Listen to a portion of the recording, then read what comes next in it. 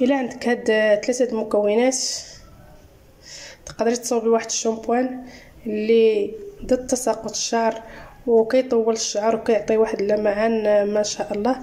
تابعي الفيديو حتى الاخر وتشوفي النتيجه ان شاء الله. بسم الله. السلام عليكم ورحمه الله تعالى وبركاته. اللهم صل وسلم وبارك على سيدنا محمد وعلى اله وصحبه اجمعين. اخوان الاخوات اهلا وسهلا بكم. انا رجعت معكم من جديد. مهم غبرت تعييت وجربت شحال من حاجه المهم رجعت معكم المحتوى ديالي الاصلي ان شاء الله نكون عند حسن الظن ديالكم. اليوم نوريكم واحد الوصفه كنديرها وعن تجربه باش غتعرفوني انا مجرباها. هانتوما القريعه الاولى سالات، باقي فيها واحد شويه، باقي فيها اللي نستعمل مره واحده، والثانيه هاني وجدتها من شحال هذا باش تسالي هذه نلقى هذه واجده. يعني هذه غنبدا فيها هذا الاسبوع، خاصني نوجد وحده اخرى هي هذه. مهم اي شامبوان عندكم، هذا راه انواع ديال الشامبوان. هذا ديال الدراري الصغار، انا الاكثريه كنستعمل الشامبوان ديال الدراري الصغار عزيز عليا، وهذا كنديروا لمالين الدار حتى هو ولفوه. المهم اش كنحتاج الشامبوان، كنحتاج هاد عصا سيدنا موسى، كنحتاج حبيبات ديال القرنفل. هذا راه عن تجربتي، كان شعري كنتصوروا الا مشيت للحمام كنحيد واحد الكمشه قداش ديال الشعر كيطيح من الجدر على طولو. الا مشيت في الدار كذلك. المهم شعري ديما كيطيح. وعندي واحد العشبه اخرى ها هي دايره في الفريغو، ما بغيتوش يكرم ودرتو في الفريغو، اللي هو اليازير البلدي. حاولوا ديروا اليازير البلدي.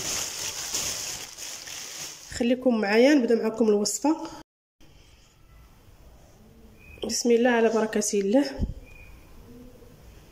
هنا حليت القرعه ديال الشامبوان، كنجيب هذاك اليازير، وحاولوا تاخذوا اليازير البلدي. راه كاين اليازير البلدي، كاين اليازير الرومي بحال داك اللي كيكون في الجراد، هذاك راه ما خدامش.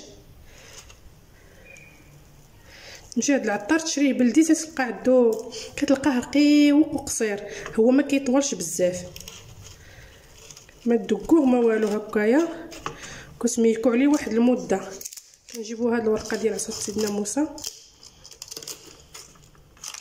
انا ندير 2 وريقات.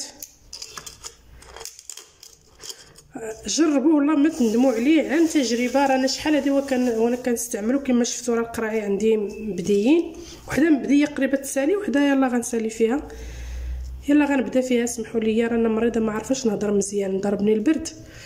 كنهزوا هاد الحبيبات ديال القرنفل كنزيدوهم، يعني القرنفل، عصا سيدنا موسى، اليازير، راه كلها مواد طبيعيه، مواد صحيه، ماشي شي حاجه غتخافوا منها.